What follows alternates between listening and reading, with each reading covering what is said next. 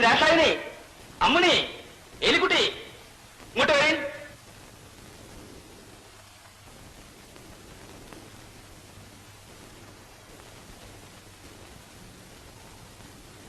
ഇത്രയും പേരാ ഇപ്പോഴുള്ളത്.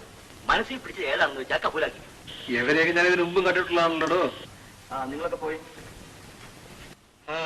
ശരി, ഞാൻ ഇറങ്ങുന്നു. ഉള്ളത് ഈ പങ്ക് കഴിച്ചിട്ട് പോകുന്നതായിരിക്കും ഭംഗി.